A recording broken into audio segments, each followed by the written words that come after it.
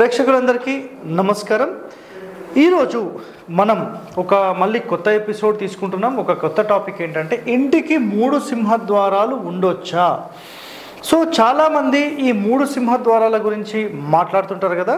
So నేను ఒక point చెప్తాను, వినండి. ఇక్కడ అంటే ఈ కాన్సెప్ట్ చెప్పే బిఫోర్ గత ఎపిసోడ్స్లో మనం ప్రధాన ద్వారము, ఆ ద్వారానికి సంబంధించిన నియమాలు ఏంటి, ఆపోజిట్లో పిల్లర్ ఉంటే ఏం జరుగుతుంది, సంపు ఉంటే ఏం జరుగుతుంది, తొట్లు ఉంటే ఏం జరుగుతాయి, ఇవన్నీ ఎంతో డిస్కస్ చేసాం. సో మీరు నిజంగా వాస్తు నేర్చుకుందామనే ఒక కాన్సెప్ట్, ఒక లక్ష్యంతో ఉంటే మీరు గత వీడియోస్ అంటే మన యొక్క టోటల్ వీడియోస్ అనేవి వాస్తుకి సంబంధించిన అన్నీ కూడా మీరు చూడండి. మీరు ఒక ప్రొఫెషనల్ లాగా తయారవుతారు. ఓకే, సో నెక్స్ట్ ఇక్కడ మన కాన్సెప్ట్ ఏంటంటే 3 సింహద్వారాలు అసలు ఉండొచ్చా అనేది ఒక ప్రశ్న వేస్తున్నారు. సో 3 సింహద్వారాలు అనేవి ఉండొచ్చు, ప్రాబ్లం ఏం లేదు. కానీ ఎట్లా ఉండొచ్చు? ఒక ఇంటి నిర్మాణం, జస్ట్ ఇది ఇల్లే అనుకుందాం, ఇంకా కాంపౌండ్ అనేది మాట్లాడాను నేను. లేదంటే కాంపౌండ్ కూడా కంపల్సరీ కావాలంటే ఇది కాంపౌండ్ అనుకుందాం, ఇది ఇల్లు అనుకుందాం. ఓకే, దీంట్లో జనరల్గా సాధారణంగా అయితే ఇప్పుడు నేను ఇచ్చే ప్లాన్స్లో ఒక డోర్ మాత్రమే పెడతాను, నేను కేవలం ఒక ద్వారం మాత్రమే పెడతాను. అయితే ఇది ఒక సింగిల్ ఏకశాల అంటుంది, ఒక ఇల్లే.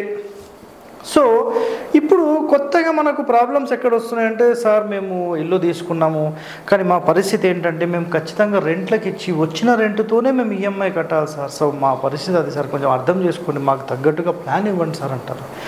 ఇలాంటి వాళ్ళ కోసం మేము ఏం చేస్తామంటే కేవలం దీన్ని సెంటర్ అలైన్మెంట్ కాకుండా 2 భాగాలు చేస్తాం. చేసి ఇక్కడ సెంటర్లో ఒక సింహద్వారము, మళ్ళీ ఇక్కడ ఈశాన్యంలో ఒక సింహద్వారం అనేది ఇస్తాం. అప్పుడు ఏమవుతుందంటే ఆటోమేటిక్ కిచెన్ అనేది ఈ పొజిషన్లో పెట్టడానికి ఆస్కారం అనేది ఉంటుంది.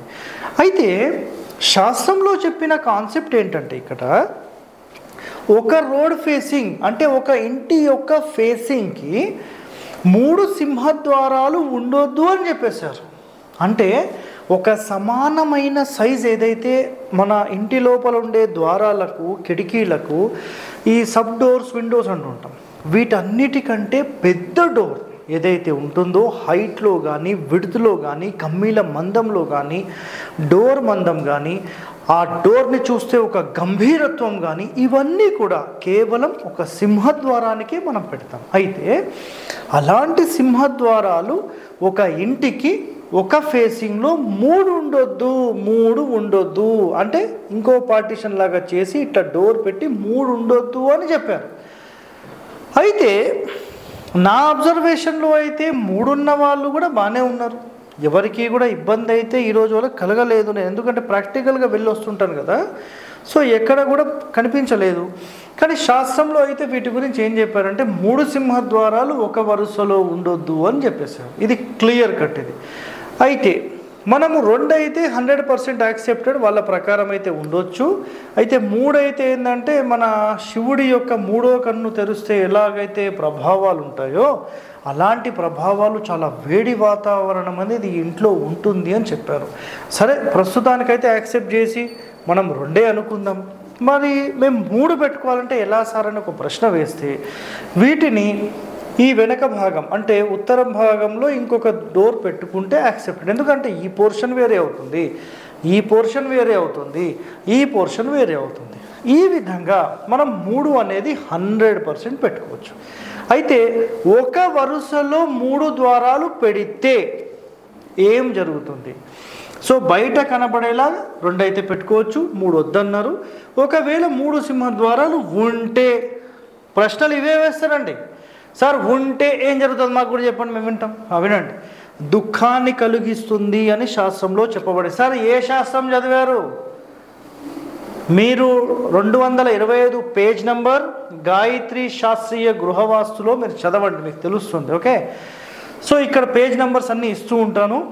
సో దుఃఖము, రోగము, ధార, పుత్ర వినాశనము. సో ఇక్కడ పుత్ర వినాశనానికి సంబంధించి దుఃఖం ఉంటుందని చెప్పారు, రోగాలు ఉంటాయని చెప్పారు. సో ఎట్టి పరిస్థితుల్లో 3 ఉండొద్దు. ఒకవేళ ఇది ఎక్కడ చెప్పారు? కేవలం ముందు మాత్రం, అంటే ఒక సైడ్లో, ఏదైనా ఒక సైడ్లో, ఒక సైడ్ మాత్రం 1 సైడ్లో పెట్టొద్దని చెప్పారు. నెక్స్ట్ ఈ లెక్క మనకేంటంటే టోటల్ ఈ ఫ్రంట్ ఫేసింగ్కి సంబంధించినంత వరకు మాత్రమే ఇది చెప్పడం జరిగింది. సార్ ఇక్కడ ఇంకో డౌట్ వస్తుంది చాలామందికి, మరి 3 ద్వారాల గురించి మనం మాట్లాడినప్పుడు ఒక చిన్న ప్లాన్ చూపిస్తాను మీకు. మరి ఇలా 3 ద్వారాలు ఉండొచ్చా అనేది ఇంకొకరికి ప్రశ్న రావచ్చు. సో ఇది ఒక ఇల్లు అనుకుందాం. సో ఇది మెయిన్ డోర్, మళ్ళీ ఇంకో డోర్. సార్ మనకు 3 ద్వారాలు ఒక వరుసలో ఉండొచ్చా అనే ప్రశ్న కూడా వస్తుంది కదా.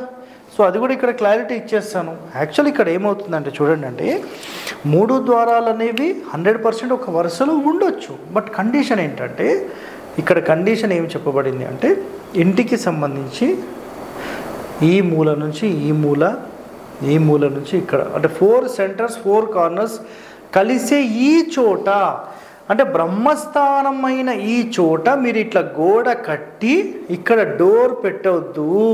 ఆ కమ్మీలు భూగర్భంలో బ్రహ్మస్థానంలో గుచ్చుకోవడం వల్ల ఇబ్బంది అవుతుంది అని పాయింట్ చెప్పారు. మీరేం చేయొచ్చు, కొంచెం పైన కట్టుకొని ఇలా డోర్ పెడితే క్లియర్, చాలా సింపుల్. ఇదైతే నాట్ యాక్సెప్టెడ్, ఇదైతే యాక్సెప్టెడ్. సో 3 ద్వారాలు ఒక ఫేసింగ్ ఉండొచ్చా, 3 ద్వారాలు ఒక వరుసలో ఉండొచ్చా? సో ఇక్కడ నేను 3 ద్వారాలకు సంబంధించిన ఎన్నో ప్లాన్లు మీకు చూపించాను.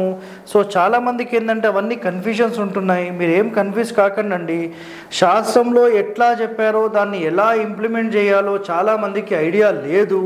లేక ఇవన్నీ ఏదో మన ప్రేక్షకులను ఏంటంటే కన్ఫ్యూజ్ చేయడం కోసము ఏదో వీడియోలు చేస్తూ ఉంటారు. సో అవన్నీ మీరు భయపడకండి. ఇంకో మాట ఇక్కడ చూడండి, అసలు ఈ డోర్లకు సంబంధించిన లెక్క అనేది ఎట్లా చేయాలి అని ఒక ప్రశ్న వస్తుంది. ఇది ఒక ఇల్లు అండి, ఓకేనా. మెయిన్ డోర్, ఇంకో సబ్ డోర్, ఇంకో డోర్, ఓ 4 డోర్లు ఉన్నాయి అనుకుందాం. ఇక్కడ ఒక వంటగది ఉంది, దీనికో డోర్ పెట్టారు. ఇక్కడ ఒక బాత్రూమ్ ఉంది, దీనికో డోర్ పెట్టారు. ఇక్కడ గేట్ ఉంది, దీనికోటి ఉంది.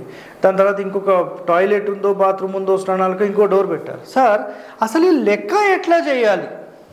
ఎప్పుడైనా ఒకటే గుర్తుపెట్టుకోండి, ఒక గర్భం ఏదైతే ఉందో ఈ గర్భానికి సంబంధించిన 4 ద్వారాలు మాత్రమే మీకు కౌంట్ వస్తాయి.